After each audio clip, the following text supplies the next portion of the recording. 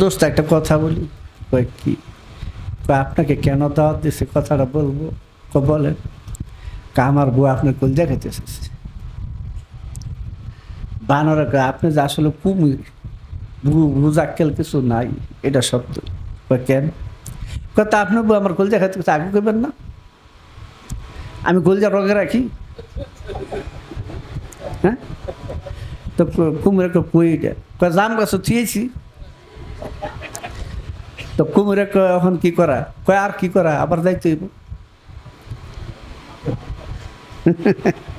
তো কুমিরে যায় আবার, চিন্তা করছে জাম গাছ ওজন কলজা থুয়েছি, গিয়ে আনন্দ লাগবো তো। আর রাজি তুইছি, অসুবিধা নাকি? ঠিক আছে, কিনারে যাওয়ার কিছু আগুই লাভদার বানরে নামিয়া গেছে। নামিয়া তাড়াতাড়ি জাম গাছ উঠে গে, ওই বেকুব কুমুর, বললে কোনো দিন জাম গাছ হতা হে না যার যার লোক হইতে। মান্নান সব পীরের কলবের মধ্যে আল্লাহ তাই না, বুঝছো? এক করলে জাম গাছ হতা, ওই সব পীরের এরকম সাজা দিয়া কয় আল্লাহ এইটা কইছে, আল্লাহ উঠে কইছে। এ হারাম না, তুই কি কইতাছিস? ওগুলি বানরের কলজার মতো গাব গাছে থাকে, আম গাছে, জাম গাছে থাকে। সব পীরের কলমের মধ্যে আল্লাহ থাকে নাকি?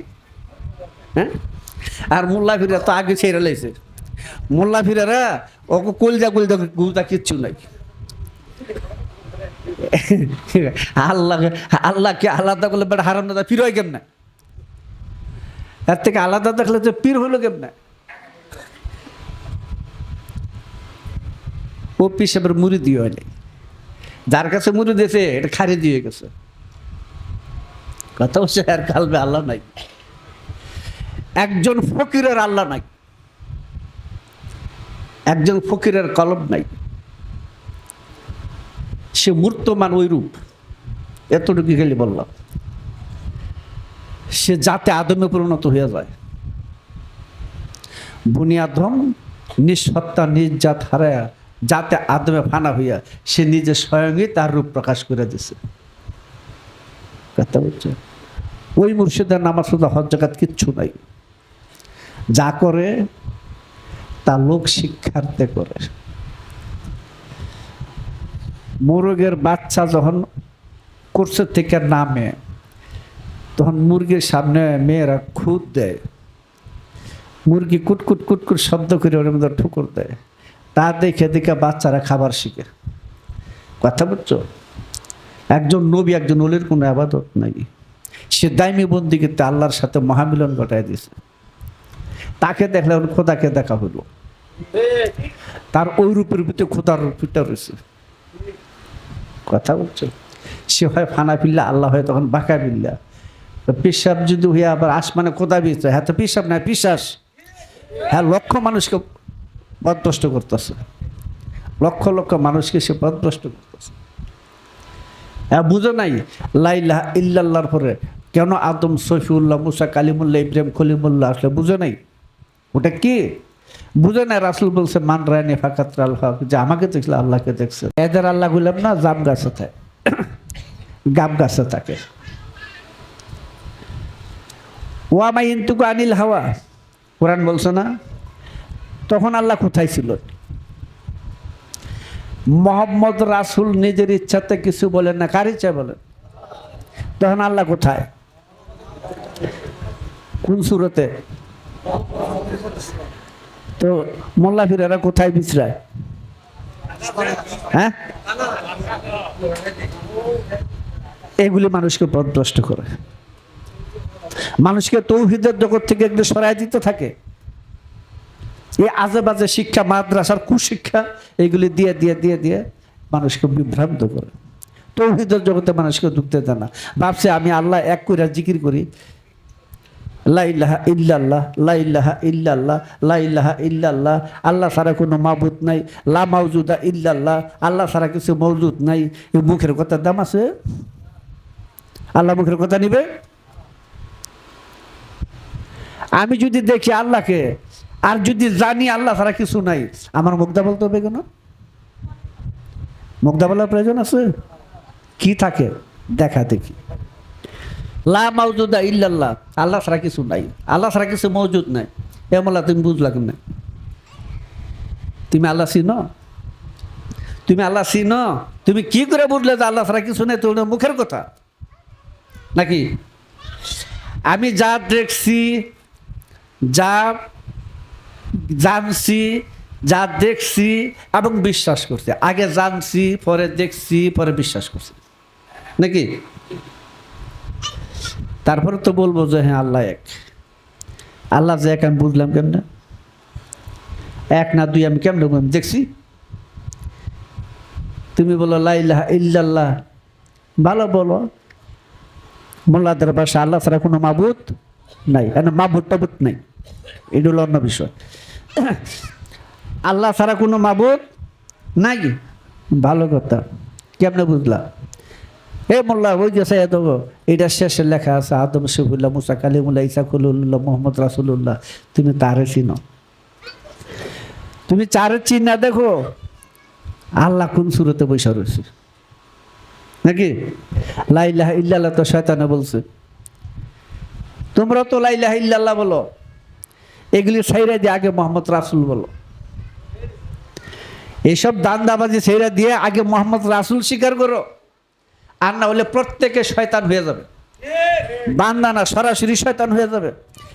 এক গাছের 10টা হাজার ডাল থাকতে পারে, এক শয়তানে হাজার মানুষের ভিতরে আছে, কারণ তুমি নিজেই শয়তান রূপে প্রকাশ পেয়ে গেছো। তুমি লা ইলাহা ইল্লাল্লাহ বলছো, যে পর্যন্ত মুহাম্মদ রাসূল না বলবে সেই পর্যন্ত তুমি শয়তান হয়ে গেছো। কাজী তুমি আগে তাওহীদে যাওয়ার শিক্ষা শিখো,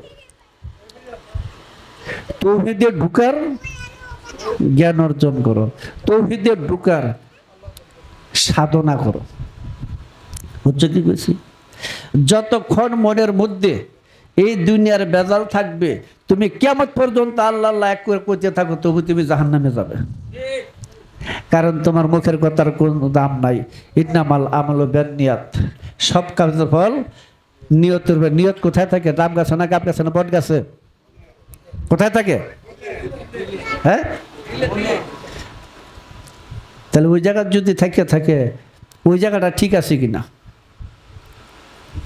সেখান থেকে শুদ্ধ নিয়ত আসে, অশুদ্ধ নিয়ত আসে। কথা বলছো?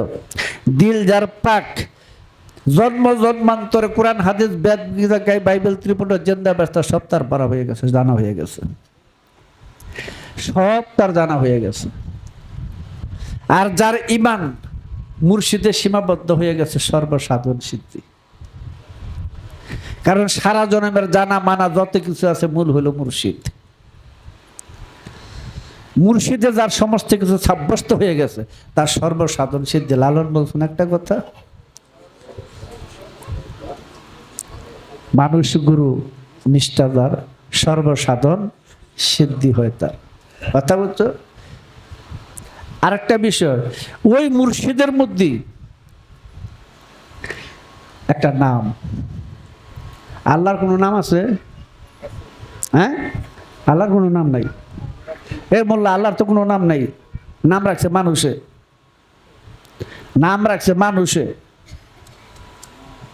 মানুষ বলতে আমি ওই মানুষই বুঝাইতেছি, আল্লাহর তো কোনো নাম নাই। যার নাম নাই, যার রূপ নাই, সে তো অসীম নাকি? সে অসীমের রূপ দর্শন করতে গিয়েই সাগরের পানি ফোটা পানি নিয়ে মুক্তা তৈরি করেছে জিনুকের মধ্যে। সেই জিনুকটা তুমি ফিরো বাইতুল হারাম, ওইখানে মক্কায় না তো, ওটা রূপক, ওটা মেসালি, ওটা তাসাবাহা। আসলকে চিনানোর জন্য ওই কাবা, বুঝছো? তাই ক্যাবলা পরিবর্তন। যাদের ইমানদার, যারা বায়াত গ্রহণ করছে, তারা ইমানদার, তারা ঠিক বাইতুল হারামের দিকে দৃষ্টি দিয়ে নামাজ রোজা সব করে। যে জায়গার মধ্যে বাইতুল হারামের সুরত বাসে, ওই জায়গাতে খোদা বসা। কাজে সেজদা কোন জায়গায় দিবে? যেখানে খোদা থাকে ওইখানে দিও, ওইখানেই দিও যেখানে খোদা থাকে। মাটি মাটি যায় নামাজ, সেজদা হারাম। তুমি যখন খোদার রূপ দর্শন করো না, তুমি বাইতুল হারাম চোখে দেখো না, তখন তুমি যেইখানে সেজদা দেবে তোমার সেরেক হবে। কথা বলছো? আর যদি তুমি বাইতুল হারাম দেখো, খোদার রূপ দর্শন করো, তাহলে তুমি যেইখানে সেজদা দাও, সেজদা খোদাই হবে। কথা বুঝছো? এই জন্য যারা আল্লাহকে চিনে নাই, যারা আল্লাহকে দেখে নাই, তারা পাটি পাটি যায় না, আমার যেখানে সেজদা করবো সেজদাটা সেরেক। তুমি মুখ খেয়ে যতই বলো মুখে মুখে যে আমি সেরেক করবো না, আমি এক আল্লাহ বিশ্বাস করি, তুমি যত আল্লাহ বিশ্বাস করো, তুমি যাই বিশ্বাস করো, তবু তোমার সেরেক হবে যে পর্যন্ত তুমি খোদা না চিনা সেজদা দিবে। কথা বুঝছো? কারণ তোমার সামনে যখন খোদা নাই, পাটি তোমার সেজদা পাবে। তোমার সামনে যখন আল্লাহ নাই, মাটি সেজদা পাবে। তোমার আল্লাহ যখন শেষ না যায় না, আমার সেজদা পাবে। বুঝছো? শুধু এইটাই না, এইটার লগে তোমার গরু, ছাগল, স্ত্রী, পুত্র সবাই সেজদা পাবে, সবাই সেজদা পাবে। তুমি প্রত্যেকটা সেজদাতে শিরক করে দিতেছো। তুমি খোদাকে চিনো, কাবা কেবলা চিনো, ওই কাবার মধ্যে দেখো খোদার সুরত আছে, ওই আল্লাহকে দেখে আল্লাহর সুরতে তুমি সেজদা করো। তুমি যেইখানেই সেজদা করো, যেভাবে সেজদা করো, তোমার সেজদা কবুল হয়ে যাবে। না? আর যদি তুমি বাইতুল হারাম না চিনো, কাবাঘর না চিনো, কাবাঘরের মালিককে না চিনো, কাবাঘর আর কাবা এক সুরতে আছে, কাবাঘর আর আল্লাহর সুরত এক সুরতে আছে, কাবার সুরত আর আল্লাহর সুরত এক সুরতে আছে। বুঝা যায়? হ্যাঁ, ডাক্তার জাহাঙ্গীর ওনার হোলামানে বলে, আল্লাহর তো নফস নাই, যদি নফস থাকতো তাইলে আল্লাহ মইরা যেত। কারণ কুল্লু নাফসিন যায়কাতুল মউত, প্রত্যেকটা নফস মরণশীল। যদি আল্লাহর নফস থাকতো তো আল্লাহ মইরা যেত। ও বেকুব, আল্লাহর সৃষ্টিটা সৃজন করছে কিসে? আল্লাহর সৃষ্টি সৃজন কোথায় থেকে হইতেছে? আল্লাহর তো নফস আছে, নফসে ওয়াহেদ, নফসে রহমানি যাকে বলি। আল্লাহর তো নফস আছে, আল্লাহর নফস জগৎ সৃষ্টি। কোন নফস মৃত্যুবরণ করে এইটা তো তুমি বুঝো নাই। যদি বুঝতে এই বকবকান্ডার করতে না। তার কারণ কুল্লু নাফসিন যায়কাতুল মউত, কুল্লু মানে সমস্ত, 1 বছর না, 2 বছর না, বহু বছর, 2-এর পরের থেকে বহু বছর, 3-এ পৌঁছলেই বহু বছর। কাজী এই 3-এর মধ্যে 3টা নফস অতিক্রম, 3টা নফস মৃত্যুর স্বাদ গ্রহণ করবে। মৃত্যুর স্বাদ গ্রহণ করবে, তরকারি স্বাদ যেমন গ্রহণ করে, মৃত্যুবরণ করবে না, মৃত্যুর স্বাদ গ্রহণ করবে নফস। 3 নফস অতিক্রম করে 4র্থ নফসে যখন চলে যাবে, 4র্থ নফসের মধ্যে যাইয়া তুমি মৃত্যুঞ্জয় হয়ে যাবে। ঠিক আছে? ওই নফসের মধ্যে খোদাই নফসে ওয়াহেদের ক্রিয়াকর্ম গুণ খাইছে সব প্রকাশ পেয়ে যাবে। ওই অবস্থাটাকে আমরা বলি আল্লাহ মানুষের হাত, পা, চোখ, নাক, মুখ সর্বাঙ্গের কর্তা হয়ে যান। তা আল্লাহ নফস না থাকলে সৃষ্টি হয় কোথার থেকে? হ্যাঁ, কয় আল্লাহ তো নফস থাকলে তো মরে গেলে না। কোন নফস মরে আর কোন নফস মরে না এটা তো তুমি জানো না। নফস তো 5 রকমের, কোন নফস মরে আর কোন নফস মরে না এটা খবর লইছো না। হ্যাঁ, আল্লাহর নফস মরে না, আল্লাহর নফস মৃত্যুঞ্জয়ী সৃষ্টি করে।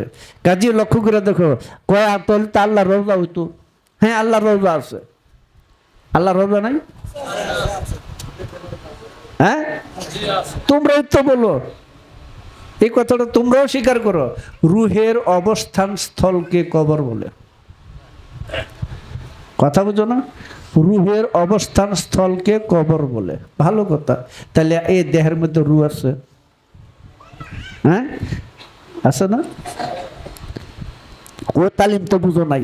রু নফস, দেল রু নফস, এই বিষয়টা তো তোমাদের বুঝ জ্ঞানে নাই। যদি থাকতো তাহলে এই কথাটা বলতে না। আল্লাহর রওজাটা দেখতে ঠিক আল্লাহর মতো। প্রমাণ, ইন্নাল্লাহ খালাকা আদম আলা সূরাতিহি, নিশ্চয়ই আদমকে আমার সুরতে তৈরি করছি। ওই রোজার মধ্যে দেখো স্বয়ং আল্লাহ নিজে বর্তমান। এটা আমি অন্য ভাষায় বললাম আর কি। কথা বুঝছো? এটা ডাক্তার জাহাঙ্গীররা বলে বা ওনার ছেলে মেয়েরা বলে যে বিষয় না, তুমি বুঝো নাই। আল্লাহর নফস তো সৃষ্টি ছিল। আল্লাহর নফসটাকে তুমি লক্ষ্য করে দেখো, ওইখানে জগৎ জননী মা ফাতেমা আছে, যাকে জগৎ সৃষ্টির মূল বলা হয়। কাজী এই যে কতগুলি পরিস্থিতি আমাদের পীর সাহেবরা, মোল্লা পীরেরা, বৈষ্ণবী পীর কথা বলতে পারবো না, এইটি আমার মতে একটা বাতিল। তাদের একটা ধারা, এগুলো অন্য ধারা, আমরা ওইদিকে যাই না। কাজী বোঝা দরকার যে বাইতুল হারাম আর বাইতুল মুকাদ্দাস এই দুয়ের মধ্যে ক্যাবলা পরিবর্তনের রীতিটা কেন আসলো, বুঝলো না? বাইতুল মামুর কাকে বলে, এটাও তো একটা কথা। কয় ফেরেশতারা নামাজ পড়ে না, আদম আওলাদে আদম, আদম আওলাদে আদম বাইতুল মামুরে নামাজ পড়ে, সেজদা করে, সেজদা করে, সেজদা করে। আল্লাহ এই যে রুকু সেজদা কিয়াম কুদ দিয়ে নামাজ না, সেই বাইতুল মামুরের মধ্যে আদম আর আওলাদে আদম দিবারাস্ত 24 ঘন্টা দাইমি নামাজের মধ্যে আছে। যে মানুষটা নূরে নূরান্বিত হয়ে গেছে, ওই মানুষটার মানসিক জগৎটা হলো বাইতুল মামুর, নূরে নূরান্বিত আলোকিত যেই মসজিদ। দেখো বুঝা যায়, ওইখানে আদম আর আওলাদে আদম নামাজ পড়ে। এই নামাজ না, অবিচ্ছিন্ন যোগ সূত্র স্থাপন করে থাকে, বুঝছো? শুধু আদম আর আওলাদে আদম না, আমি জাগতিক ভাষায় আল্লাহ নামাজ পড়ো, এখানে ফেরেশতা সহ নামাজ পড়ে, আছে না? হ্যাঁ, সাল্লু আলাইহি ওয়া সাল্লিম, এই সাল্লু আলাইহি ওয়া সাল্লিম তাসলিমটা কি করে? আল্লাহ এবং ফেরেশতা, জানো না? তাহলে ইমানদারের নামাজ কোথায়? ইমানদারের নামাজ কোথায়? একই কইছে না, ইয়া আইয়ুহাল্লাযিনা আমানু সাল্লু আলাইহি ওয়া সাল্লিম। তা আল্লাহ ফেরেশতা যা করে ইমানদারকে তাই করতে বলছে। তাহলে ইমানদার আর আল্লাহর কাবা কোনটা? আদম মুহাম্মদ। হ্যাঁ, আল্লাহরও কাবা, ফেরেশতারও কাবা, মুরিদানদেরও কাবা। তা আল্লাহর 18,000 মাখলুকা সাধনা করতেছে মানুষ তোরে আসার জন্য। এই মানুষ তোরে আসার জন্য যে কর্ম সাধনা, তাই হলো ইবাদত, বুঝা যায় না? কাজী মানুষ এমন একটা জগৎ, এমন একটা স্তর, যেখানে আল্লাহ নিজ স্তরে আসার জন্য এরাদা করছেন। যখন আল্লাহ মানুষ স্তরে আসলেন, আল্লাহ যখন মানব রূপ ধারণ করলেন, তখন নিজ সুরত দেখলেন, নিজ সুরত দেখিয়া তিনি বুঝলেন আমি ঠিক আদম, ঠিক মিমদাল মোহাম্মদ। তখন বললেন মা কানা মুহাম্মাদুন আহাদুম মির রিজালিকুম ওয়ালাকিন রাসূলুল্লাহি ওয়া খাতামান নাবিয়্যিন। নবীর দরজা, সৃষ্টির বিবর্তন থামে গেছে। কোথায় থামলো? মানুষের মধ্যে। মানুষ কোথা থেকে আসলো? আল্লাহর থেকে আসলো। আল্লাহর থেকে কি হইল? মানুষ সৃষ্টি হইল। সৃষ্টি মানে কি? অবিকল প্রকাশ, আর বাকি সব তার সেফাতি প্রকাশ। মানুষ তার জাত এবং সেফাতে প্রকাশ, অবিকল সৃষ্টি। এখানে আইসা আল্লাহ তার নিজ রূপ ইচ্ছা পূরণ করলেন। আল্লাহর ইচ্ছা নাই? আল্লাহর নফস নাই? কোরআনেতে দেওয়া আছে নফস ওয়াহেদ। ওই নফস হলো শুদ্ধ জগৎ। ওইখান থেকে কি তৈরি হয়? নফস ওয়াহেদ হইতে কি হয়? মানুষ সৃষ্টি। কোরআনে বলছে আমি এক নফস থেকে তোমাদেরকে সৃষ্টি করেছি, করছে না? আরে আশ্চর্য, এত সোজা না। এই দুই ঠ্যাংওয়ালা না, দুই ঠ্যাংওয়ালা না, তাহলে কারা? ওই ওয়াহেদ নফসে ওয়াহেদ। নফসে ওয়াহেদ কি পবিত্র না অপবিত্র? তাহলে ওই নফসের থেকে মানুষ সৃষ্টি হয়। এটার অর্থ কি? যত নবী রাসূল ওলিয়া উলিয়া গাউসকুল ওলিয়া আবদাল সব ওই নফসের থেকে আসতেছে। কিভাবে আসে? নফসে রুহে ইনসানি যখন জাগ্রত হয়ে ওঠে সাধনায়, সে রুহে ইনসানি নফসে রুহ কুরসিতে ফানা হয়ে যায়। রুহ কুরসিতে যখন ফানা হয়ে যায়, তখন ওই মানুষটা আদম হয়ে যায়, ওই মানুষটা গুরু হয়ে যায়, ওই মানুষটা সাদিকিন হয়ে যায়, ওই মানুষটা মুর্শিদ হয়ে যায়। তাইলে নফসে ওয়াহেদের থেকে কি হয়? দুই ঠ্যাংওয়ালা মানুষ শুধু না, না, না, শুদ্ধ মানুষ সেখান থেকে সৃষ্টি হইতেছে। মোল্লারা ভুল বুঝাইছে যে ওই এক নফসের থেকে আল্লাহ সবটারে সৃষ্টি করছেন, সব মানুষ সৃষ্টি করছেন। না, সব মানুষ যদি একই হয় তাহলে আবু জাহল নবী পার্থক্যটা কি? হ্যাঁ, বুঝতে হবে। আবু জাহল কোন নূরে আছে আর নবী কোন নূরে আছে? সব নূর তো আল্লাহর তরফ থেকে, ওয়াজালা জুলমাত ওয়ান নূর। তাহলে আবু জাহেল কোন নূর আর মোহাম্মদ কোন নূরে? আলাদা না এক জিনিস ওই, বোঝা যায় না? তাহলে নফসে ওয়াহেদের থেকে কি সব মানুষ নফসে ওয়াহেদের থেকে, অর্থাৎ আল্লাহ পরিষদের সব মানুষ নফসে ওয়াহেদের থেকে আসে। ওইখানে না যাওয়া পর্যন্ত কেউ মানুষ স্তরে আসতে পারবে না। কথা বুঝছো? তার আগে ইনসানিয়াতের জগৎ, এর নিম্ন হইল জাহান্নামী জগৎ, জামাদাত নামাদাত হায়নাত। 3 স্তরের ভিতরে জাহান্নাম ঘুরে চক্রাকারে ঘুরে, সাকার যোজক ঘুরে। এটা দৈর্য রাখে না, এটা সাইরও দেয় না। হ্যাঁ, এখান থেকে শুরু হয় 3টা স্তর, 3 দ্বারা জামাদাত নামাদাত হায়নাত। এই 3 দ্বারা ভিতরে জাহান্নাম ঘুরে। এটা অতিক্রম করলে জান্নাত আসে, জান্নাত হয়, শয়তান মুক্ত স্বভাবে আসে। ওইটাকে নফসে ওয়াহেদের মধ্যে ফানা হইয়া, হ্যাঁ, আদম নাম ধারণ করে বা গুরু নাম ধরে, মুর্শিদ নাম ধরে, তখন তার সর্ব অঙ্গের কর্তাটা কি? তো মোল্লা কি কইল, শেষদার দিয়া কি কইতেছে? হ্যাঁ, তোমার মুখ যখন পাক হয়ে গেছে, তোমার মুখের দোয়া জন্মের মতো আদায় হয়ে গেছে। তোমার চোখ যখন পাক হয়ে গেছে, জন্মের মতো তোমার দোয়া হার আদায় হয়ে গেছে। কথা বলছো? তুমি যখন দিল পাক হয়ে গেছে, জন্মের মতো তোমার খাবার খাদ্যের সমস্ত কিছু হিসাব নিকাশ বাদ হয়ে গেছে। তুমি যা খাবে তার হিসাব হবে না, তুমি যা বলবে তার হিসাব হবে না, কোনো কিছুর হিসাব নিকাশ নাই, হিসাব নিকাশের বাইরে চলে গেছে। কথা বলছো?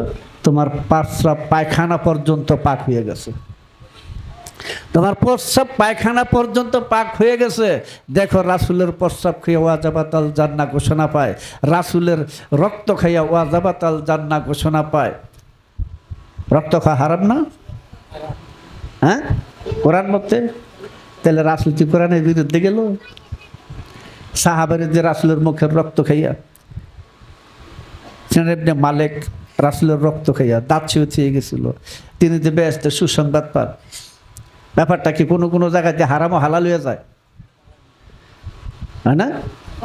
রাসূলের প্রস্রাব করে উম্মাহমন্দি ওয়াজাবাতাল জান্নাহ ঘোষণা পায়। ওই মানুষের সমস্ত কিছু পাক, যার সমস্ত কিছু পাক হয়ে যায়, তার ওই সুবহানাল্লাহ দোয়া দুরূদ পড়া লাগে না। সে যা বলে তাই কোরআন, সে যা বলে তাই নূর, কোরআন। কথা বলছো? এই বিশ্বাসটুকু যদি ইমানদার ধরতে না পারে, তার জীবনটা বিফল। কথা বলছো? কাজে সব পীর মুর্শিদের কলমে আল্লাহ থাকে না, এদের আল্লাহ থাকে গাছে, জাম গাছে, সেজদা করে মাটিতে, পাটিতে যায় নামাজে। সেজদা যেখানে আল্লাহ থাকে ওইখানে সেজদা করতে হবে। তুমি জান না আল্লাহ থাকে কোথায়, আল্লাহ থাকে কোথায় ওটা জান না। যখন বুনি আদম নিঃসেফাত ফানা করে জাতি আদমের খাসিতে দেহের মধ্যে জায়গা ওঠে, তখন ওই মানুষের সুরত আল্লাহর সুরত হয়ে যায়। তাকে আল্লাহর থেকে পৃথক করা কোনো মতেই সম্ভব নয়। সৃষ্টির ভিতরে একাত্তর হয়ে যায়, এক হয়ে যায়। কথা হচ্ছে তখন জাত পাক আল্লাহর স্বভাব সুরত তার মধ্যে প্রকাশ পেয়ে যায়।